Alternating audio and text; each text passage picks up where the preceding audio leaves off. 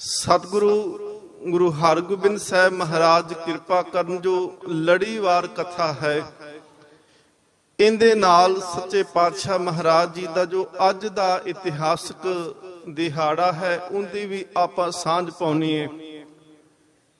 क्योंकि सिख दा जीवन जिहड़ा है वो दो पंखियां ते उडारी मारदा है। एक पंख जिन्हों असी गुरबानी जां नाम सिमरन अभ्यास आखदे हां ते दूसरा पंख जिहड़ा है वो इतिहास दा पक्ष है। एक ही पंख तो बगैर जे कल्ले इक्को दे नाल कहिए कि उडारी मारी जा सकदी है ते वो हो नहीं सकदा। सच्चे पातशाह धन गुरु हरगोबिंद साहब महाराज कृपा करन यानी हरपाल सिंह जी जो सतगुरु गुरु हरगोबिंद साहब महाराज जी दे दर दे ढाडी रहे, गुरु हरगोबिंद साहब महाराज जी दे तख्त दे खड़े होके गुर इतिहास दियां वारां उन्हां ने संगतां नूं सुनाईयां ने।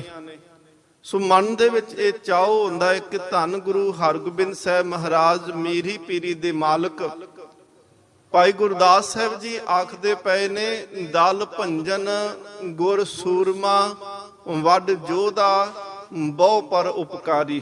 चार गल्लां उन्हां ने इक्को पंक्ति विच आखियां। दल भंजन, सूरमा है गुरु ते जोधा है बहुत वड्डा, ते चौथी गल उन्हां ने आखी भाई गुरदास साहब कहंदे ने बहु पर उपकारी। पर उपकार सतगुरु महाराज जी दे जीवन च इन्ना कि जे इतिहास नूं पढ़ के देखो ते शरदा दे नाल सीस गुरु हरगोबिंद साहब महाराज जी दे चरनां विच झुकदा है। जून दे महीने दे विच सन 1595 दे अंदर पंचम गुरुदेव पातशाह श्री गुरु अर्जन देव महाराज जी दे गृह विखे माता गंगा जी दी कुख तो नगर वडाली जिन्हों गुरु की वडाली आखदे आ, उस नगर दे विच सतगुरु गुरु हरगोबिंद सच्चे पातशाह महाराज जी दा आगमन होया। जे थोड़ा जिहा पिछोकड़ वल चलो ते धन गुरु अर्जन देव महाराज जी दे घर बहुत समा हो गया कि औलाद नहीं है अजे। करमों जेड़ी जेठानी है पिरथी चंद दी घर वाली वो ताने मारदी आ कि इन्हां ने ते एवें चले जाना है। और उन्हां दे मन दे विच ये लालच भी है कि जो कुछ गुरु घर दे विच दिखाई देंदा है वो साडे कोल होवे। सतगुरु गुरु अर्जन देव महाराज जी दे महल सत्कारयोग माता गंगा जी नूं आके एक दासी ने दसिया, कहन लगी मां मात गंगा जी, मैं जदों ये बचन करमों दे मूंह दे विचों सुने कि गुरु अर्जन देव महाराज जी दे घर संतान नहीं होनी, इन्हां ने संसार तो इवें चले जाना, मेरा हिरदा मेरा कलेजा पाड़ के इन्हां बचनां ने रख दिता ते मेरे तो रिहा नहीं गया। मैं आके आप जी नूं दसिया है। उस वेले माता गंगा जी ने जदों शाम दे समय सतगुरु महाराज हरमंदर साहब जी दी सेवा तो वापस परतदे आ ते माता गंगा जी ने हाथ जोड़ के धन गुरु अर्जन देव महाराज जी नूं बेनती कीती सी, सच्चे पातशाह तुहाडे घर दे विच तां तुसीं खाली झोलियां लैके लोक आउंदे ने, जिन्हां दे कर्मां दे विच भी औलाद दा सुख नहीं लिखिया। गुरु नानक दे घर दे विच उन्हां नूं भी सुख मिलदा है। बाबे आदम दा इतिहास गुरु रामदास दा पढ़ के देखो, सच्चे पातशाह महाराज ने कहा सी तुहाडे कर्मां दे विच नहीं, पर गुरु नानक दे घर दे विच तुहाडी सेवा प्रवान होए, तुहाडे घर दे विच संतान जरूर होवेगी ते नाम भगतू रखियो। माता गंगा जी ने उस वेले बचन कहे, सच्चे पातशाह महाराज मैं होर ताने नहीं सुनना चाहती, कृपा करो मेरी झोली दे विच भी औलाद दा सुख पाओ। गुरु अर्जन देव महाराज मुस्कुरा के आखदे ने तुहाडे घर दे विच पुत्तर होवेगा, पर सब तो पहला तुसी बाबा बुढ़ा साहब जी दे कोल जाओ ते अरदास करा के आओ। कहंदे बाबा बुढ़ा साहब क्यों? कह लगे बाबा बुढ़ा साहब गुरु नानक देव महाराज जी दे समय तो सिख ने, इंद्री जित सिख दे उन्हां दा कया ते करतार भी नहीं मोड़दा। ਮਾਤਾ ਗੰਗਾ ਜੀ, ਚਲੋ ਇਤਿਹਾਸ ਲਿਖਦਾ ਹੈ ਕਿ ਪਹਿਲੋਂ ਵੀ ਗਏ, ਪਰ ਜੋ ਅੱਜ ਦੇ ਇਤਿਹਾਸ ਮੁਤਾਬਕ ਆਪਾਂ ਗੱਲ ਕਰਦੇ ਆ ਕਿ ਮਾਤਾ ਗੰਗਾ ਜੀ ਨੇ ਮਿੱਸੇ ਪ੍ਰਸ਼ਾਦੇ ਲੈ ਕੇ ਗਏ। ਮਾਤਾ ਗੰਗਾ ਜੀ ਲੱਸੀ ਦਾ ਜਿਹੜਾ ਸੀ ਉਹ ਕਾੜਨਾ ਭਰ ਕੇ, ਘੜਾ ਭਰ ਕੇ ਲੈ ਕੇ ਗਏ। ਗੰਡਾ ਚਾਰ ਨਾਲ ਖੜਿਆ ਤੇ ਜਦੋਂ ਬੀੜ ਸਾਹਿਬ ਪਹੁੰਚਦੇ ਨੇ, ਜਿੱਥੇ ਬਾਬਾ ਬੁੱਢਾ ਸਾਹਿਬ ਜੀ ਖੇਤਾਂ ਵਿੱਚ ਸੇਵਾ ਕਰਦੇ ਪਏ ਨੇ, ਸਤਿਗੁਰੂ ਮਹਾਰਾਜ ਪਾਤਸ਼ਾਹ ਜੀ ਦੇ ਮਹਿਲਾਂ ਨੂੰ ਆਉਂਦਿਆਂ ਦੇਖ ਕੇ ਬਾਬਾ ਬੁੱਢਾ ਸਾਹਿਬ ਜੀ ਨੇ ਆਖਿਆ, ਕਹਿਣ ਲੱਗੇ, ਮਾਂ ਹੀ ਜਾਣਦੀ ਏ ਕਿ ਬੱਚੇ ਨੂੰ ਭੁੱਖ ਲੱਗੀ। ਮਾਂ ਤੂੰ ਕਿੰਨਾ ਚੰਗਾ ਕੀਤਾ ਕਿ ਪ੍ਰਸ਼ਾਦਾ ਲੈ ਕੇ ਆਏ। ਮਾਤਾ ਗੰਗਾ ਜੀ ਦੇ ਸਿਰ ਦੇ ਉੱਤੋਂ ਉਹ ਪ੍ਰਸ਼ਾਦਾ, ਉਹ ਲੱਸੀ ਜਿਹੜਾ ਸੀ ਭਾਂਡਾ ਥੱਲੇ ਤਾਰਿਆ। ਪ੍ਰਸ਼ਾਦੇ ਖੋਲੇ ਬਾਬਾ ਬੁੱਢਾ ਸਾਹਿਬ ਜੀ ਨੇ, ਗੰਡਾ ਫੜ ਕੇ ਅਜੇ ਤੋੜਨ ਲੱਗਿਆ ਤੇ ਮਾਤਾ ਗੰਗਾ ਦੇ ਚਿਹਰੇ ਵੱਲੇ ਵੇਖਿਆ ਤੇ ਅੱਖਾਂ ਦੇ ਵਿੱਚ ਥੋੜਾ ਜਿਹਾ ਨਮੀ ਜਲ ਦਿਖਾਈ ਦਿੱਤਾ। ਬਾਬਾ ਬੁੱਢਾ ਸਾਹਿਬ ਜੀ ਨੇ ਪੁੱਛਿਆ, ਕਹਿਣ ਲੱਗੇ, ਮਾਂ ਅੱਖਾਂ ਦੇ ਵਿੱਚ ਨੀਰ ਕਿਉਂ? ਮਾਤਾ ਗੰਗਾ ਜੀ ਆਖਦੇ ਨੇ, ਸਾਈਂ ਵਾਲਿਓ, ਲੋਕ ਤਾਨੇ ਦਿੰਦੇ ਨੇ ਕਿ ਇਹਨਾਂ ਦੇ ਘਰ ਦੇ ਵਿੱਚ ਔਲਾਦ ਨਹੀਂ ਹੋਣੀ। ਬਾਬਾ ਬੁੱਢਾ ਸਾਹਿਬ ਜੀ ਬਿਲਕੁਲ ਐ ਜਿਵੇਂ ਨਾਮ ਦੇ ਰਸ ਦੇ ਸਿਖਰ ਦੇ ਉੱਤੇ ਨਾਮ ਨੇ ਹੁਲਾਰਾ ਦਿੱਤਾ ਹੋਵੇ, ਗੰਡੇ ਦੇ ਉੱਤੇ ਜ਼ੋਰ ਦੀ ਮੁੱਕੀ ਮਾਰ ਕੇ ਉਹ ਆਖਦੇ ਨੇ, ਤੁਮਰੇ ਗ੍ਰਹਿ ਪ੍ਰਗਟੇਗਾ ਜੋਧਾ, ਕਿ ਮਾਂ ਗੰਗਾ ਤੇਰੇ ਘਰ ਦੇ ਵਿੱਚ ਜੋਧਾ ਪ੍ਰਗਟ ਹੋਵੇਗਾ। ਇੰਨਾ ਵੱਡਾ ਜੋਧਾ ਹੋਵੇਗਾ ਕਿ ਉਹਦੇ ਸਾਹਮਣੇ ਵੱਡੇ ਵੱਡੇ ਯੋਧੇ ਜਿਹੜੇ ਨੇ ਉਹਨਾਂ ਦੀ ਪੇਸ਼ ਨਹੀਂ ਜਾਏਗੀ। ਪ੍ਰਿੰਸੀਪਲ ਸਤਬੀਰ ਸਿੰਘ ਹੋਣੀ ਲਿਖਦੇ ਨੇ, ਕਹਿਣ ਲੱਗੇ, ਉਸ ਵੇਲੇ ਅਸਮਾਨ ਚੋਂ ਬਿਜਲੀ ਚਮਕੀ। ਅਸੂ ਦਾ ਇਹ ਦਿਨ ਨੇ, ਅਸਮਾਨ ਦੇ ਵਿੱਚੋਂ ਬਿਜਲੀ ਚਮਕਦੀ ਆ ਤੇ ਬਾਬਾ ਬੁੱਢਾ ਸਾਹਿਬ ਜੀ ਆਖਦੇ ਨੇ, ਕਹਿਣ ਲੱਗੇ, ਮਾਂ ਤੇਰੇ ਪੁੱਤਰ ਦੀ ਤਲਵਾਰ ਦੀ ਚਮਕ ਐਵੇਂ ਹੋਵੇਗੀ ਜਿਵੇਂ ਅਸਮਾਨ ਦੀ ਚਮਕਦੀ ਬਿਜਲੀ ਆ।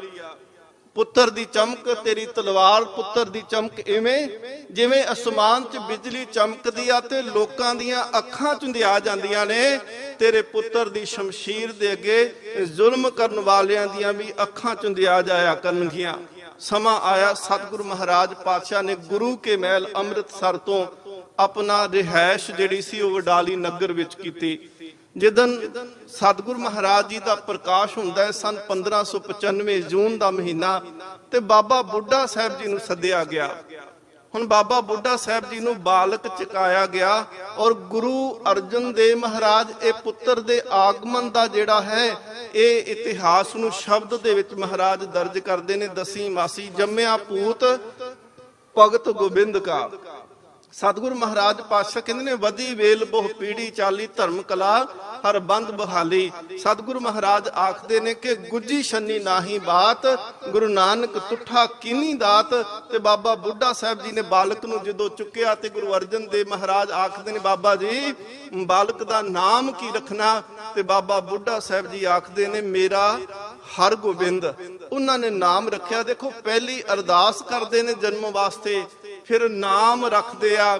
ਜਿੱਦਨ ਪੜਾਉਣਾ ਹੈ, ਵਿਦਿਆ ਦੇਣੀ ਆ, ਉਦਨ ਵੀ ਬਾਬਾ ਬੁੱਢਾ ਸਾਹਿਬ ਨੂੰ ਆਖਿਆ ਗਿਆ ਕਿ ਹਰ ਗੋਬਿੰਦ ਨੂੰ ਵਿਦਿਆ ਤੁਸੀਂ ਦੇਣੀ ਆ। ਤੇ ਉਸ ਵੇਲੇ ਬਾਬਾ ਬੁੱਢਾ ਸਾਹਿਬ ਜੀ ਕਹਿੰਦੇ ਨੇ, ਮੈਨੂੰ ਕੀ ਆਉਂਦਾ? ਕਹਿੰਦੇ, ਬਸ ਉਹੀ ਪ੍ਰੇਮ ਸਿਖਾ ਦਿਓ ਜਿਸ ਪ੍ਰੇਮ ਨੂੰ ਵੇਖ ਕੇ ਗੁਰੂ ਨਾਨਕ ਦੇਵ ਸੱਚੇ ਪਾਤਸ਼ਾਹ ਮਹਾਰਾਜ ਨੇ ਤੁਹਾਨੂੰ ਆਪਣੇ ਗਲੇ ਨਾਲ ਲਾਇਆ। ਬਾਬਾ ਬੁੱਢਾ ਸਾਹਿਬ ਜੀ ਨੇ ਗੁਰੂ ਹਰਗੋਬਿੰਦ ਸਾਹਿਬ ਜੀ ਨੂੰ 72 ਕਲਾਂ ਦੀ, 72 ਵੱਖ-ਵੱਖ ਤਰ੍ਹਾਂ ਦੀ ਵਿਦਿਆ ਸਿਖਾਈ ਹੈ। ਸਤਿਗੁਰੂ ਮਹਾਰਾਜ ਪਾਤਸ਼ਾਹ ਜੀ ਦੇਖੋ, ਬਾਬਾ ਬੁੱਢਾ ਸਾਹਿਬ ਜੀ ਬ੍ਰਹਮ ਗਿਆਨੀ ਐਸੀ ਅਵਸਥਾ ਦੇ ਮਾਲਕ ਨੇ ਕਿ ਜੇਕਰ ਪ੍ਰਕਾਸ਼ ਤੋਂ ਪਹਿਲਾਂ ਅਰਦਾਸ ਕਰਦੇ ਨੇ, ਨਾਮ ਉਹ ਰੱਖਦੇ ਨੇ, ਵਿਦਿਆ ਉਹ ਦਿੰਦੇ ਨੇ, ਗੁਰਤਾ ਗੱਦੀ ਦਾ ਤਿਲਕ ਬਾਬਾ ਬੁੱਢਾ ਸਾਹਿਬ ਜੀ ਦਿੰਦੇ ਨੇ, 2 ਤਲਵਾਰਾਂ ਬਾਬਾ ਬੁੱਢਾ ਸਾਹਿਬ ਜੀ ਪਹਿਨਾਉਂਦੇ ਨੇ।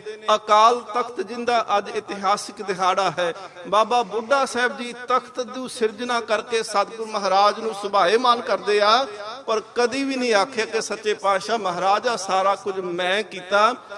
ਸਿਰਫ ਇੰਨਾ ਮਨ ਦੇ ਵਿੱਚ ਹੋਣਾ ਕਿ ਸੱਚੇ ਪਾਤਸ਼ਾਹ ਮਹਾਰਾਜ ਤੁਸੀਂ ਮੇਰੇ ਤੋਂ ਕਰਵਾ ਲਿਆ ਹੈ। ਧੰਨ ਬਾਬਾ ਬੁੱਢਾ ਸਾਹਿਬ ਜੀ। ਗੁਰੂ ਹਰਗੋਬਿੰਦ ਸਾਹਿਬ ਮਹਾਰਾਜ ਪਾਤਸ਼ਾਹ ਜਿਨ੍ਹਾਂ ਦੇ ਵਿਰੋਧ ਵਾਸਤੇ ਪ੍ਰਿਥੀ ਚੰਦ ਨੇ ਬਹੁਤ ਕੁਝ ਕੀਤਾ।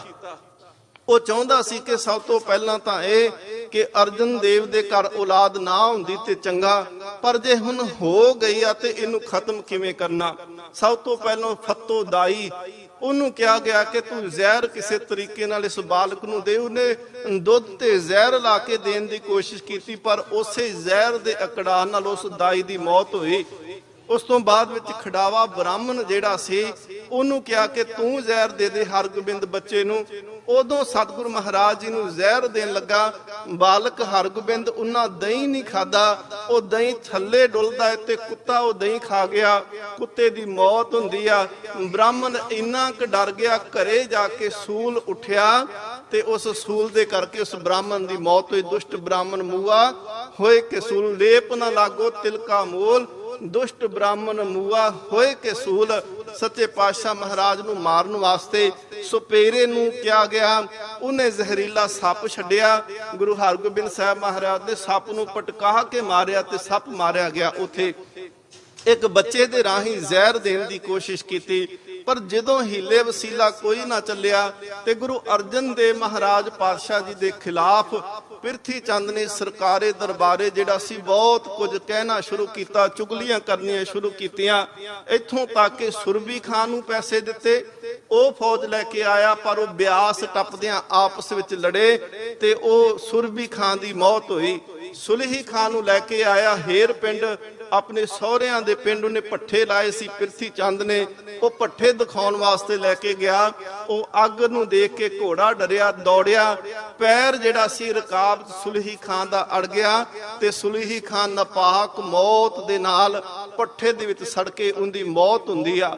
ਸਤਿਗੁਰ ਸੱਚੇ ਪਾਤਸ਼ਾਹ ਮਹਾਰਾਜ ਨੂੰ ਅਖੀਰ ਤਵਸਬੀ ਨੀਤੀ ਸੀ ਜਿਹੜੀ ਜਹਾਂਗੀਰ ਆਪਣੀ ਜੀਵਨੀ ਦੇ ਵਿੱਚ ਉਹ ਲਿਖਦਾ ਹੈ ਕਿ ਮੈਂ ਚਾਹੁੰਦਾ ਸੀ ਕਿ ਇਹ ਦੁਕਾਨੇ ਬਾਤਲ ਜਿਹੜੀਆਂ 4-5 ਪੀੜ੍ਹੀਆਂ ਤੋਂ ਚੱਲਦੀ ਪਈ ਆ, ਇਹ ਝੂਠ ਦੀਆਂ ਦੁਕਾਨਾਂ ਨੂੰ ਮੈਂ ਬੰਦ ਕਰਨਾ ਚਾਹੁੰਦਾ ਹੈ।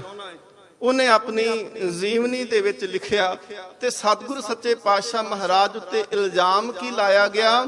ਕਹਿਣ ਲੱਗੇ ਤੁਸੀਂ ਖੁਸਰੋ ਦੀ ਮਦਦ ਕੀਤੀ, ਤੁਸੀਂ ਖੁਸਰੋ ਦੇ ਵਾਸਤੇ ਅਰਦਾਸ ਕੀਤੀ, ਤੁਸੀਂ ਖੁਸਰੋ ਨੂੰ ਤਿਲਕ ਦਿੱਤਾ ਕਿ ਤੂੰ ਜਿੱਤੇਗਾ, ਤੁਸੀਂ ਖੁਸਰੋ ਨੂੰ 4 ਲੱਖ ਰੁਪਈਆ ਮਦਦ ਦਿੱਤੀ ਹੈ। ਇਸ ਕਰਕੇ ਸੱਚੇ ਪਾਤਸ਼ਾਹ ਮਹਾਰਾਜ ਉੱਤੇ ਯਾਸਾ ਦੇ ਕਾਨੂੰਨ ਤਹਿਤ ਕਤਲ ਕਰਨ ਦਾ ਅਮਰ ਕਰਦੰ ਸੱਚੇ ਪਾਤਸ਼ਾਹ ਮਹਾਰਾਜ ਨੂੰ ਕਤਲ ਕਰਨ ਵਾਸਤੇ ਹੁਕਮ ਦੇ ਦਿੱਤਾ। ਧੰਨ ਗੁਰੂ ਅਰਜਨ ਦੇਵ ਮਹਾਰਾਜ ਜਦੋਂ ਲਾਹੌਰ ਚੱਲੇ ਨੇ ਸ਼ਹਾਦਤ ਦੇ ਵਾਸਤੇ, ਉਸ ਤੋਂ ਪਹਿਲਾਂ ਸੱਚੇ ਪਾਤਸ਼ਾਹ ਮਹਾਰਾਜ ਨੇ ਬਾਬਾ ਬੁੱਢਾ ਸਾਹਿਬ ਨੂੰ ਨਾਲ ਲੈ ਕਰਕੇ ਬਾਲਕ ਹਰਗੋਬਿੰਦ ਸਾਹਿਬ ਜੀ ਸੱਚੇ ਪਾਤਸ਼ਾਹ ਧੰਨ ਗੁਰੂ ਹਰਗੋਬਿੰਦ, ਉਹਨਾਂ ਦਾ ਪ੍ਰਕਾਸ਼ ਜਿਹੜਾ ਹੈ 1595 ਦਾ ਹੈ ਤੇ 1606 ਦੀ ਗੁਰੂ ਅਰਜਨ ਦੇਵ ਦੀ ਸ਼ਹਾਦਤ ਤੇ 11 ਸਾਲ ਦੀ ਉਮਰ ਕੇਵਲ ਬਣਦੀ ਹੈ ਗੁਰੂ ਹਰਗੋਬਿੰਦ ਸਾਹਿਬ ਮਹਾਰਾਜ ਜੀ ਦੀ। 11 ਸਾਲ ਦੀ ਉਮਰ ਦੇ ਵਿੱਚ ਸੱਚੇ ਪਾਤਸ਼ਾਹ ਮਹਾਰਾਜ ਜੀ ਨੂੰ ਤਿਲਕ ਗੁਰਿਆਈ ਦਾ ਦਿੱਤਾ ਔਰ ਸੱਚੇ ਪਾਤਸ਼ਾਹ ਗੁਰੂ ਅਰਜਨ ਦੇਵ ਮਹਾਰਾਜ ਜਾਣ ਤੋਂ ਪਹਿਲਾਂ ਹਰਮੰਦਰ ਸਾਹਿਬ ਦੀ ਪਰਿਕਰਮਾ ਕੀਤੀ ਔਰ ਆਪਣੇ ਪੁੱਤਰ ਹਰਗੋਬਿੰਦ ਸਾਹਿਬ ਨੂੰ ਇਹ ਆਖਿਆ ਸੀ, ਕਹਿਣ ਲੱਗੇ ਬੇਟਾ ਕੋਈ ਵੀ ਕਾਰਜ ਕਰਨਾ ਪਰ ਹਰ ਕਾਰਜ ਕਰਨ ਤੋਂ ਪਹਿਲਾਂ ਬਾਬਾ ਬੁੱਢਾ ਸਾਹਿਬ ਜੀ ਦੀ ਸਲਾਹ ਜ਼ਰੂਰ ਲੈਣੀ। ਸਤਿਗੁਰੂ ਮਹਾਰਾਜ ਜੀ ਦੀ ਸ਼ਹਾਦਤ ਹੁੰਦੀ ਆ। ਸ਼ਹਾਦਤ ਤੋਂ ਬਾਅਦ ਸੱਚੇ ਪਾਤਸ਼ਾਹ ਮਹਾਰਾਜ ਉਹ ਸੇਲੀ ਟੋਪੀ ਤੇ ਮਾਲਾ ਤੋਸ਼ੋਖਾਨੇ ਵਿੱਚ ਰਖਾ ਦਿੰਦੇ ਨੇ। ਧੰਨ ਗੁਰੂ ਹਰਗੋਬਿੰਦ ਸਾਹਿਬ ਮਹਾਰਾਜ 2 ਤਲਵਾਰਾਂ ਪਹਿਨਦੇ ਨੇ ਤੇ ਸੁਰ ਸਿੰਘ ਦੇ ਢਾਡੀ ਜਿਨ੍ਹਾਂ ਨੂੰ ਸਤਿਗੁਰੂ ਮਹਾਰਾਜ ਨੇ ਬੜਾ ਮਾਣ ਦਿੱਤਾ, ਆਪਣੇ ਦਰ ਦੇ ਢਾਡੀਆਂ ਨੂੰ ਗੁਰੂ ਹਰਗੋਬਿੰਦ ਸਾਹਿਬ ਮਹਾਰਾਜ ਨੇ ਇੰਨਾ ਕੁ ਮਾਣ ਦਿੱਤਾ ਕਿ ਉਹਨਾਂ ਆਏ ਤਾਂ ਉਹ ਤੁਰ ਕੇ ਸੀ, ਪਰ ਸੱਚੇ ਪਾਤਸ਼ਾਹ ਮਹਾਰਾਜ ਨੇ ਜਦੋਂ ਭੇਜਿਆ ਤੇ ਉਦੋਂ ਹਾਥੀਆਂ ਦੇ ਉੱਤੇ ਭੇਜਿਆ ਕਿ ਆ ਹਾਥੀਆਂ ਦੇ ਉੱਤੇ ਆਇਆ ਜਾਇਆ ਕਰੋ, ਕਿਉਂਕਿ ਤੁਸੀਂ ਗੁਰੂ ਕਾ ਜਸ ਗਾਉਂਦੇ ਪਏ ਹੋ, ਤੁਸੀਂ ਵੀਰਤਾ ਗਾਉਂਦੇ ਹੋ।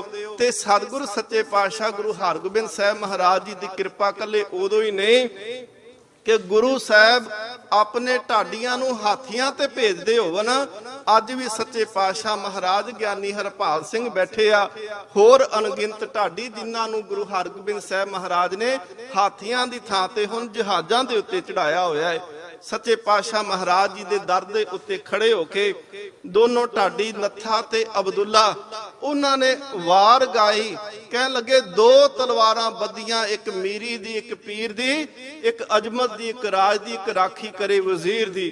ਸੱਚੇ ਪਾਤਸ਼ਾਹ ਮਹਾਰਾਜ ਨੂੰ ਕਿਹਾ ਗਿਆ ਪੱਗ ਤੇਰੀ ਕੀ ਜਹਾਂਗੀਰ ਦੀ, ਔਰ ਸਮੇਂ ਦੀ ਹਕੂਮਤ ਬਾਦਸ਼ਾਹ ਜਹਾਂਗੀਰ ਹੋਵੇ ਜਿਨ੍ਹਾਂ ਦਾ ਰਾਜ ਚੱਲਦਾ ਹੋਵੇ, ਜਿਹੜੇ ਕੁਝ ਸਮਾਂ ਪਹਿਲਾਂ ਗੁਰੂ ਅਰਜਨ ਦੇਵ ਨੂੰ ਸ਼ਹੀਦ ਕਰਦੇ ਹੋਵਨ, ਪਰ ਦੇਖੋ ਸਿੱਖੀ ਕਦੀ ਝੁਕੀ ਨਹੀਂ, ਝੁਕਾਉਣ ਦੇ ਯਤਨ ਬੜੇ ਕੀਤੇ ਜਾਂਦੇ ਆ। ਸਿੱਖੀ ਨੂੰ ਚੁਕਾਉਣ ਦਾ ਯਤਨ ਕੀਤਾ, ਪਰ ਸਿੱਖੀ ਹੋਰ ਨਿਖਰ ਕੇ ਆਈ। ਤੁਸੀਂ ਅਰਦਾਸ ਕਰਦੇ ਹੋ ਨਾ, ਤੀਸਰਾ ਬੰਦ ਪੜ੍ਹਦੇ ਹੋ ਜਦੋਂ, ਜਿਨ੍ਹਾਂ ਸਿੰਘਾਂ ਸਿੰਘਣੀਆਂ ਨੇ ਧਰਮ ਹੇਤ ਸੀਸ ਦਿੱਤੇ, ਬੰਦ ਬੰਦ ਕਟਾਏ, ਖੋਪਰੀਆਂ ਲੋਹਾਈਆਂ ਚਰਖੜੀਆਂ ਤੇ ਚੜੇ ਤਨ ਆਰਿਆਂ ਨਾਲ ਚਰਾਏ, ਗੁਰਦੁਆਰਿਆਂ ਦੀ ਸੇਵਾ ਲਈ ਕੁਰਬਾਨੀਆਂ ਕੀਤੀਆਂ, ਧਰਮ ਨਹੀਂ ਹਾਰਿਆ। ਉੱਥੇ ਇਹ ਨਹੀਂ ਹੋਇਆ ਕਿ ਧਰਮ ਹਾਰ ਗਿਆ, ਕੁਰਬਾਨੀਆਂ ਕੀਤੀਆਂ ਗਈਆਂ ਪਰ ਧਰਮ ਨਹੀਂ ਹਾਰਿਆ, ਧਰਮ ਹਮੇਸ਼ਾ ਜਿੱਤਿਆ। ਕੁਰਬਾਨੀ ਤਾਂ ਹੋਈ, ਸ਼ਹਾਦਤ ਤਾਂ ਹੋਈ, ਧਰਮ ਕਦੀ ਨਹੀਂ ਹਾਰਿਆ। ਇਸ ਕਰਕੇ ਮਹਾਰਾਜ ਕਹਿੰਦੇ ਧਰਮ ਜਿਹੜਾ ਹੈ ਨਾ, ਉਹ ਹਾਰਦਾ ਕਦੀ ਨਹੀਂ। ਜਿਹੜੇ ਹਾਰਦੇ ਨੇ ਉਹ ਛੋਟੇ ਮਨਾਂ ਵਾਲੇ ਹੁੰਦੇ ਨੇ, ਜਿਹੜੇ ਛੱਡ ਕੇ ਕਹਿਣਗੇ ਕਿ ਅੱਜ ਇਸ ਪਾਸੇ ਜਦੋਂ ਕਿਤੇ ਲਾਭ ਮਿਲਿਆ, ਕਿਤੇ ਕੋਈ ਫਾਇਦਾ ਮਿਲਦਾ ਦਿਸਦਾ ਹੈ, ਤੇ ਫਿਰ ਦੂਸਰੇ ਪਾਸੇ ਚਲੇ ਜਾਂਦੇ ਆ। ਸਤਿਗੁਰ ਸੱਚੇ ਪਾਤਸ਼ਾਹ ਮਹਾਰਾਜ, ਉਹਨਾਂ ਨੇ 2 ਤਲਵਾਰਾਂ ਪਹਿਨੀਆਂ ਤੇ ਨੱਥਾ ਤੇ ਅਬਦੁੱਲਾ ਢਾਡੀ ਨੇ ਸੱਚੇ ਪਾਤਸ਼ਾਹ ਜੀ ਦੇ ਸਨਮੁਖ ਖੜੇ ਹੋ ਕੇ ਆਖਿਆ ਕਿ ਪੱਗ ਤੇਰੀ ਕੀ ਜਹਾਂਗੀਰ ਦੀ, ਕਿ ਐ ਗੁਰੂ ਹਰਗੋਬਿੰਦ ਸੱਚੇ ਪਾਤਸ਼ਾਹ ਮਹਾਰਾਜ, ਤੁਹਾਡੀ ਦਸਤਾਰ, ਤੁਹਾਡੀ ਪੱਗ ਦੇ ਅੱਗੇ, ਤੁਹਾਡੀ ਪੱਗ ਦੇ ਅੱਗੇ ਜਿਹੜਾ ਹੈ ਬਾਦਸ਼ਾਹ ਜਹਾਂਗੀਰ ਦੀ ਪੱਗ ਵੀ ਫਿੱਕੀ ਪੈਂਦੀ ਆ। ਸਤਿਗੁਰੂ ਸੱਚੇ ਪਾਤਸ਼ਾਹ ਮਹਾਰਾਜ ਜੀ ਨੇ ਸਨ 15 ਜੂਨ ਸਨ 1606 ਨੂੰ ਅਕਾਲ ਤਖਤ ਦੀ ਸਿਰਜਣਾ ਦੀ ਆਰੰਭਤਾ ਕੀਤੀ ਹੈ। ਇਹ ਤਕਰੀਬਨ ਲੰਮਾ ਸਮਾਂ ਲੱਗਿਆ, 1609 ਦੇ ਵਿੱਚ ਜਾ ਕੇ ਮਹਾਰਾਜ ਤਖਤ ਤੇ ਬੈਠਦੇ ਆ। ਸੱਚੇ ਪਾਤਸ਼ਾਹ ਮਹਾਰਾਜ ਨੇ ਦੇਖਿਆ ਕਿ ਹਕੂਮਤ ਦਾ ਜਿਹੜਾ ਤਖਤ ਆ ਨਾ, ਉਹ ਜਿੰਨਾ ਉੱਚਾ ਸੀ, ਮਹਾਰਾਜ ਨੇ ਖਾਲਸੇ ਦਾ ਤਖਤ, ਸਿੱਖੀ ਦਾ ਤਖਤ ਜਾਂ ਅਕਾਲ ਤਖਤ ਜਿਹੜਾ ਸਿੱਖਾਂ ਦਾ ਪਹਿਲਾ ਤਖਤ ਆ, ਉਹਨੂੰ ਸੱਚੇ ਪਾਤਸ਼ਾਹ ਮਹਾਰਾਜ ਨੇ ਨੇਜਾ ਖੜਾ ਕਰਕੇ ਤੇ ਉਹਦੇ ਬਰਾਬਰ ਦਾ ਬਣਵਾਇਆ। ਇਤਿਹਾਸ ਕਹਿੰਦਾ ਹੈ ਕਿ ਗੁਰੂ ਹਰਗੋਬਿੰਦ ਸਾਹਿਬ ਮਹਾਰਾਜ ਕਹਿੰਦੇ ਨੇ, ਇਹ ਤਖਤ ਜਿਹੜਾ ਹੈ ਇਹ ਆਮ ਇਨਸਾਨ ਦਾ ਨਹੀਂ ਬਣਨਾ, ਇਹ ਤਖਤ ਜਿਹੜਾ ਹੈ ਉਹ ਬਾਦਸ਼ਾਹਾਂ ਦਾ ਨਹੀਂ ਬਣਨਾ, ਇਹ ਤਖਤ ਜਿਹੜਾ ਹੈ ਉਹ ਅਕਾਲ ਦਾ ਬਣਨਾ ਹੈ। ਅਕਾਲ ਦੇ ਅਰਥ ਹੁੰਦੇ ਨੇ ਜਿੰਦੇ ਤੇ ਨਾ ਮੌਤ ਦਾ ਕੋਈ ਪ੍ਰਭਾਵ, ਨਾ ਸਮੇਂ ਦਾ ਪ੍ਰਭਾਵ। ਹਿੰਦੁਸਤਾਨ ਦੇ ਵਿੱਚ ਜਦੋਂ ਬਾਬਰ ਤੋਂ ਲੈ ਕਰਕੇ ਬਹਾਦਰ ਸ਼ਾਹ ਤੱਕ ਬਾਦਸ਼ਾਹ ਰਹੇ, ਉਦੋਂ ਵੱਖ-ਵੱਖ ਉਹਨਾਂ ਨੇ ਤਖਤ ਬਣਾਏ। ਲਾਹੌਰ ਦੇ ਵਿੱਚ ਤਖਤ ਬਣਾਇਆ, ਸ਼ਾਹਜਹਾਨਪੁਰ ਦਿੱਲੀ ਦੇ ਵਿੱਚ ਤਖਤ ਬਣਾਇਆ, ਆਗਰੇ ਦੇ ਵਿੱਚ ਤਖਤ ਬਣਾਇਆ, ਫਤਿਹਪੁਰ ਸਿਕਰੀ ਦੇ ਵਿੱਚ ਤਖਤ ਬਣਾਇਆ। ਪਰ ਅੱਜ ਜਾ ਕੇ ਦੇਖੋ ਕਿਹੜਾ ਤਖਤ ਆ ਜਿੱਥੇ ਜਾ ਕੇ ਲੋਕ ਸਲਾਮਾਂ ਕਰਦੇ ਹੋਣ। 4 ਤਖਤ ਇਸਲਾਮ ਦੇ ਮੌਜੂਦ ਆ, ਆਗਰੇ ਵਿੱਚ, ਫਤਿਹਪੁਰ ਸਿਕਰੀ ਦੇ ਅੰਦਰ, ਦਿੱਲੀ ਦੇ ਵਿੱਚ ਤੇ ਲਾਹੌਰ ਦੇ ਵਿੱਚ। ਪਰ ਅੱਜ ਕੋਈ ਵੀ ਐਸਾ ਇਨਸਾਨ ਨਹੀਂ ਜਿਹੜਾ ਜਾ ਕੇ ਉਸ ਤਖਤ ਦੇ ਅੱਗੇ ਸਲਾਮ ਕਰਦਾ ਹੋਵੇ। ਪਰ ਜਿਹੜਾ ਤਖਤ ਗੁਰੂ ਹਰਗੋਬਿੰਦ ਸਾਹਿਬ ਮਹਾਰਾਜ ਨੇ ਸਿਰਜਿਆ, ਉਸ ਤਖਤ ਦੇ ਅੱਗੇ ਜਿੰਨੇ ਸਿੱਖ ਉਦੋਂ ਝੁਕਦੇ ਸੀ, ਉਸ ਤੋਂ ਜ਼ਿਆਦਾ ਗਿਣਤੀ ਵਿੱਚ ਅੱਜ ਝੁਕਦੇ ਪਏ ਨੇ। ਸਮੇਂ ਦੇ ਉੱਤੇ ਹਮਲੇ ਕੀਤੇ ਗਏ, ਅਕਾਲ ਤਖਤ ਸਾਹਿਬ ਨੂੰ ਢਾਉਣ ਦੇ ਯਤਨ ਕੀਤੇ ਗਏ, ਪਰ ਸੱਚੇ ਪਾਤਸ਼ਾਹ ਨੇ ਅਕਾਲ ਦਾ ਤਖਤ ਬਣਾਇਆ। 84 ਦੇ ਵਿੱਚ ਵੀ ਢਹਿ ਢੇਰੀ ਕਰਨ ਦੀ ਕੋਸ਼ਿਸ਼ ਕੀਤੀ। ਅਕਾਲ ਤਖਤ ਦੇ ਉੱਪਰ ਟੈਂਕਾਂ ਤੇ ਤੋਪਾਂ ਦੇ ਗੋਲੇ ਚਲਾਏ ਗਏ, ਪਰ ਸੱਚੇ ਪਾਤਸ਼ਾਹ ਮਹਾਰਾਜ ਜੀ ਦਾ ਤਖਤ ਅੱਜ ਵੀ ਉਵੇਂ ਸੋਭਦਾ ਪਿਆ ਏ। ਤੇ ਜਿਹੜੇ ਗੋਲੇ ਤੇ ਟੈਂਕ ਚਲਾਉਣ ਵਾਲੇ ਸਨ, ਉਹਨਾਂ ਦਾ ਨਿਸ਼ਾਨ ਜਿਹੜਾ ਹੈ ਉਹ ਦੁਨੀਆ ਤੋਂ ਖਤਮ ਹੋ ਗਿਆ। ਸੱਚੇ ਪਾਤਸ਼ਾਹ ਮਹਾਰਾਜ ਕਹਿੰਦੇ ਨੇ, ਇਹ ਤਖਤ ਜਿਹੜਾ ਅਕਾਲ ਦਾ ਤਖਤ ਹੈ, ਇਹਨੂੰ ਰਾਜ ਮਿਸਤਰੀ ਨਹੀਂ ਬਣਾਏਗਾ, ਇਹਨੂੰ ਕੋਈ ਜੀਵਨ ਵਾਲਾ ਹੀ ਬਣਾ ਸਕਦਾ ਹੈ, ਜਿੰਦਾ ਜੀਵਨ ਸੇਵਾ ਦੇ ਵਿੱਚ ਗੁਜ਼ਰਿਆ ਹੋਵੇ, ਜਿੰਦਾ ਜੀਵਨ ਬਾਣੀ ਦੇ ਵਿੱਚ ਗੁਜ਼ਰਿਆ ਹੋਵੇ। ਗੁਰੂ ਹਰਗੋਬਿੰਦ ਸੱਚੇ ਪਾਤਸ਼ਾਹ ਮਹਾਰਾਜ ਨੇ 2 ਜਾਨਿਆਂ ਦੀ ਉੱਥੇ ਫਿਰ ਚੋਣ ਕੀਤੀ ਆ। 2 ਜਾਨੇ ਕਿਹੜੇ? ਇੱਕ ਤਾਂ ਸਤਿਕਾਰਯੋਗ ਬਾਬਾ ਬੁੱਢਾ ਸਾਹਿਬ ਜੀ, ਜਿਹੜੇ ਗੁਰੂ ਨਾਨਕ ਦੇਵ ਮਹਾਰਾਜ ਜੀ ਦੇ ਸਮੇਂ ਤੋਂ ਹੀ ਸਿੱਖੀ ਦੇ ਵਿੱਚ ਸੇਵਾ ਕਰਦੇ ਪਏ ਨੇ, ਤੇ ਦੂਸਰੇ ਸਤਿਕਾਰਯੋਗ ਭਾਈ ਸਾਹਿਬ ਭਾਈ ਗੁਰਦਾਸ ਸਾਹਿਬ ਜੀ, ਜਿਨ੍ਹਾਂ ਨੇ ਆਪਣੇ ਹੱਥੀਂ ਗੁਰੂ ਗ੍ਰੰਥ ਸਾਹਿਬ ਮਹਾਰਾਜ ਜੀ ਦੀ ਬੀੜ ਲਿਖੀ ਆ। ਬਾਬਾ ਬੁੱਢਾ ਸਾਹਿਬ ਤੇ ਭਾਈ ਗੁਰਦਾਸ ਸਾਹਿਬ ਦੀ ਚੋਣ ਕੀਤੀ। ਨੀ ਜਿਹੜੀ ਸੀ ਉਹ ਧੰਨ ਗੁਰੂ ਹਰਗੋਬਿੰਦ ਸਾਹਿਬ ਮਹਾਰਾਜ ਨੇ ਰੱਖੀ। ਤੇ ਇਤਿਹਾਸ ਗੁਰਬਿਲਾਸ ਪਾਤਸ਼ਾਹੀ 6ਵੀਂ, ਉਹਦੇ ਵਿੱਚ ਇਤਿਹਾਸਕਾਰ ਲਿਖਦਾ ਹੈ ਕਿ ਕਿਸੇ ਰਾਜ ਨਾ ਹੱਥ ਲਗਾਇਓ, ਬੁੱਢਾ ਔ ਗੁਰਦਾਸ ਬਣਾਇਓ। ਕਹਿੰਦੇ ਕਿਸੇ ਰਾਜ ਮਿਸਤਰੀ ਨੇ ਹੱਥ ਨਹੀਂ ਲਾਇਆ, ਕੋਈ ਇੱਟ ਨਹੀਂ ਲਾਈ, ਕਿਸੇ ਨੇ ਕੋਈ ਗਾਰਾ ਨਹੀਂ ਲਾਇਆ। ਕੇਵਲ ਬਾਬਾ ਬੁੱਢਾ ਸਾਹਿਬ ਤੇ ਭਾਈ ਗੁਰਦਾਸ ਸਾਹਿਬ ਜੀ ਨੇ ਅਕਾਲ ਤਖਤ ਦੀ ਸਿਰਜਣਾ ਕੀਤੀ ਹੈ। ਸਤਿਗੁਰ ਸੱਚੇ ਪਾਤਸ਼ਾਹ ਮਹਾਰਾਜ ਸਨ 1609 ਦੇ ਵਿੱਚ ਮਹਾਰਾਜ ਤਖਤ ਤੇ ਬੈਠਦੇ ਆ। ਇੱਕ ਸਾਧੂ ਆਉਂਦਾ ਹੈ ਸੱਚੇ ਪਾਤਸ਼ਾਹ ਮਹਾਰਾਜ ਜੀ ਦੇ ਦਰਬਾਰ ਦੇ ਅੰਦਰ। ਉਹਨੇ ਆ ਕੇ ਕਿਆ ਕਹਿਣ ਲੱਗਾ, ਇਵੇਂ ਲੱਗਦਾ ਹੈ ਕਿ ਗੁਰੂ ਨਾਨਕ ਦੀ ਭਗਤੀ ਦਾ ਸੋਮਾ ਜਿਹੜਾ ਹੈ ਨਾ ਉਹ ਸੁੱਕ ਚੁੱਕਾ ਹੈ। ਸਤਿਗੁਰੂ ਮਹਾਰਾਜ ਪਾਤਸ਼ਾਹ ਨੇ ਸੁਨਿਆ ਤੇ ਮਹਾਰਾਜ ਨੇ ਬੁਲਾ ਕੇ ਕਿਆ ਕਹਿਣ ਲੱਗੇ ਕਿ ਹੁਣ ਦੱਸੋ ਕੀ ਆਂਦੇ ਹੋ ਤੁਸੀਂ। ਉਹਨੇ ਕਿਆ ਕਹਿਣ ਲੱਗਾ, ਮਹਾਰਾਜ ਮੈਨੂੰ ਇਵੇਂ ਲੱਗਦਾ ਏ ਕਿ ਗੁਰੂ ਨਾਨਕ ਦੇਵ ਮਹਾਰਾਜ ਤਾਂ ਸਾਰੀ ਬੰਦਗੀ ਉਮਰ ਜਿਹੜੀ ਸੀ ਬੰਦਗੀ ਵਿੱਚ ਗੁਜ਼ਾਰੀ, ਉਹਨਾਂ ਨੇ ਲੋਕਾਂ ਨੂੰ ਨਾਮ ਦੇ ਨਾਲ ਜੋੜਿਆ। ਪਰ ਮਹਾਰਾਜ ਆ ਕੀ ਤੁਸੀਂ ਕੁੱਤੇ ਰੱਖੇ, ਤੁਸੀਂ ਸ਼ਿਕਾਰ ਕਰਦੇ ਹੋ, ਤੁਸੀਂ 2 ਤਲਵਾਰਾਂ ਪਹਿਨਦੇ ਹੋ, ਘੋੜ ਸਵਾਰੀ ਕਰਦੇ ਹੋ, ਫੌਜਾਂ ਰੱਖਦੇ ਹੋ, ਜੰਗ ਤੇ ਯੁੱਧ ਕਰਦੇ ਪਏ ਹੋ, ਤੁਹਾਡੇ ਅੰਦਰ ਫਕੀਰੀ ਨਹੀਂ ਦਿਸਦੀ। ਸੱਚੇ ਪਾਤਸ਼ਾਹ ਮਹਾਰਾਜ ਕਹਿਣ ਲੱਗੇ ਕਿ ਅੰਦਰ ਜਿਹੜਾ ਹੈ ਸਾਡੇ ਫਕੀਰੀ ਹੈ। ਸੱਚੇ ਪਾਤਸ਼ਾਹ ਮਹਾਰਾਜ ਨੇ ਉੱਥੇ ਉੱਤਰ ਬੜਾ ਸੋਹਣਾ ਦਿੱਤਾ। ਕਹਿੰਦੇ ਨੇ ਕਿ ਜ਼ਾਹਰ ਫਕੀਰੀ ਬਾਤਨ ਆਮੀਰੀ। ਮਹਾਰਾਜ ਕਹਿੰਦੇ ਨੇ ਸਾਡੇ ਅੰਦਰ ਜ਼ਾਹਰ ਤੌਰ ਤੇ ਜਿਹੜਾ ਹੈ ਨਾ ਇੱਕ ਰਸ ਜੇ ਹੋਰ ਗੱਲ ਹੀ ਕੋਈ ਨਹੀਂ। ਮਹਾਰਾਜ ਆਖਦੇ ਆ ਸਾਡੇ ਅੰਦਰ ਕੇਵਲ ਨਾਮ ਤੋਂ ਬਗੈਰ ਦੂਸਰੀ ਗੱਲ ਕੋਈ ਨਹੀਂ। ਜ਼ਾਹਰ ਫਕੀਰੀ ਬਾਤਨ ਆਮੀਰੀ। ਕਹਿੰਦੇ ਇਹ ਜਿਹੜੇ ਸ਼ਸਤਰ ਪਹਿਨੇ, ਮਹਾਰਾਜ ਕਹਿੰਦੇ ਨੇ ਸ਼ਸਤਰ ਗਰੀਬ ਕੀ ਰੱਖਿਆ, ਜਰਵਾਨੇ ਕੀ ਭਖਿਆ। ਇਤਿਹਾਸਕਾਰ ਉੱਥੇ ਲਿਖਦਾ ਹੈ, ਕਹਿਣ ਲੱਗੇ ਸਤਿਗੁਰੂ ਸੱਚੇ ਪਾਤਸ਼ਾਹ ਮਹਾਰਾਜ ਕਹਿੰਦੇ ਨੇ ਇਹ ਹਥਿਆਰ ਜਿਹੜੇ ਪਹਿਨੇ ਹੋਏ ਨੇ ਇਹ ਗਰੀਬ ਤੇ ਮਜ਼ਲੂਮ ਦੀ ਰਾਖੀ ਦੇ ਵਾਸਤੇ ਪਹਿਨੇ ਆ। ਤੇ ਇਹ ਹਥਿਆਰ ਜਿਹੜੇ ਨੇ ਰਾਖੀ ਦੇ ਨਾਲ ਜਦੋਂ ਕੋਈ ਜਰਵਾਨਾ ਚੜ ਕੇ ਆਉਂਦਾ ਹੈ ਨਾ ਉਹਨੂੰ ਉਹਦੀ ਭਾਸ਼ਾ ਦੇ ਵਿੱਚ ਜਵਾਬ ਦੇਣ ਵਾਸਤੇ ਰੱਖੇ ਨੇ, ਜਰਵਾਨੇ ਕੀ ਭਖਿਆ।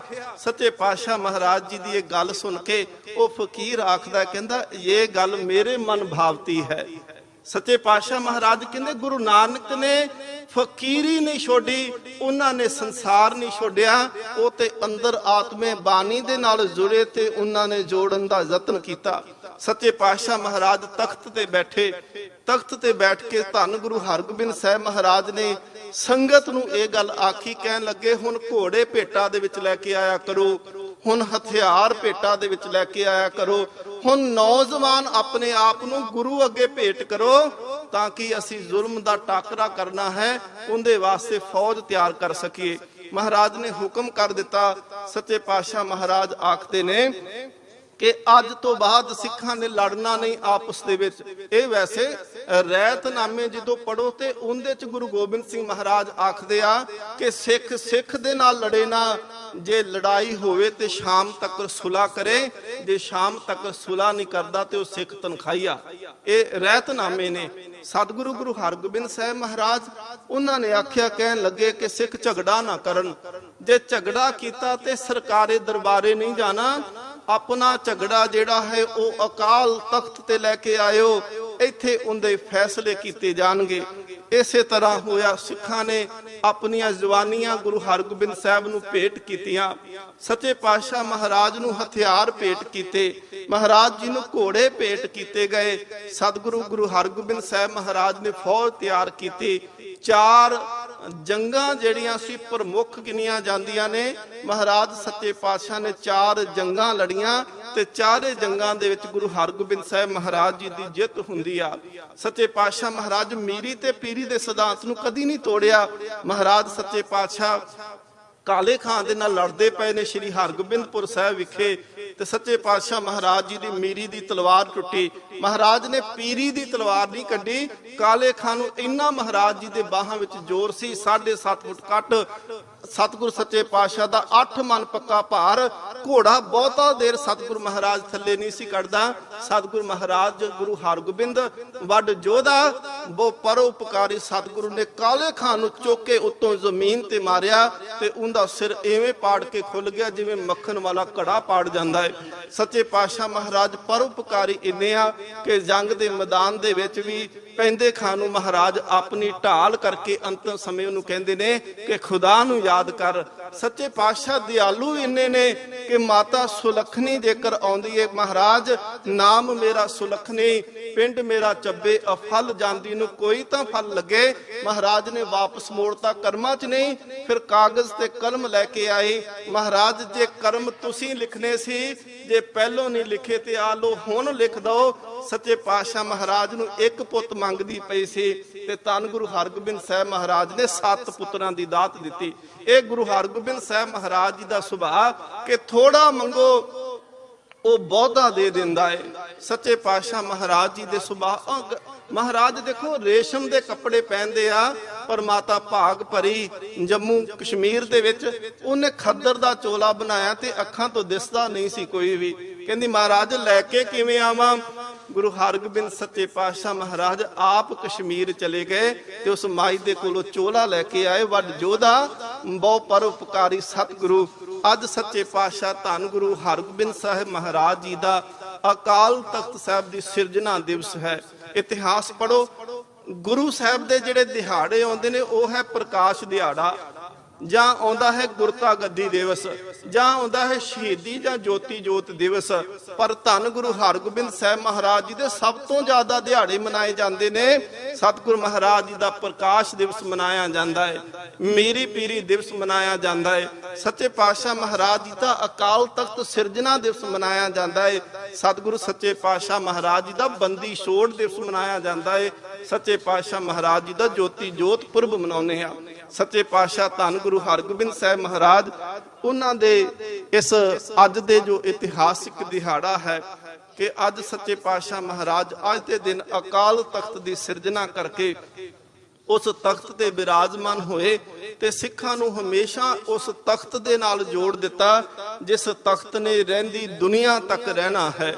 ਸਤਿਗੁਰੂ ਸੱਚੇ ਪਾਤਸ਼ਾਹ ਮਹਾਰਾਜ ਜੀ ਦੇ ਅੱਜ ਦੇ ਇਤਿਹਾਸਿਕ ਦਿਹਾੜੇ ਅਕਾਲ ਤਖਤ ਸਾਹਿਬ ਜੀ ਦੀ ਸਿਰਜਣਾ ਦਿਹਾੜੇ ਦੀਆਂ ਆਪ ਸੰਗਤਾਂ ਨੂੰ ਲੱਖ ਲੱਖ ਵਧਾਈਆਂ। ਇਕਾਗਰਤਾ ਬਖਸ਼ਿਸ਼ ਕਰਦਿਆਂ ਇੱਕ ਵਾਰ ਅਸੀਸ ਬਖਸ਼ੋ।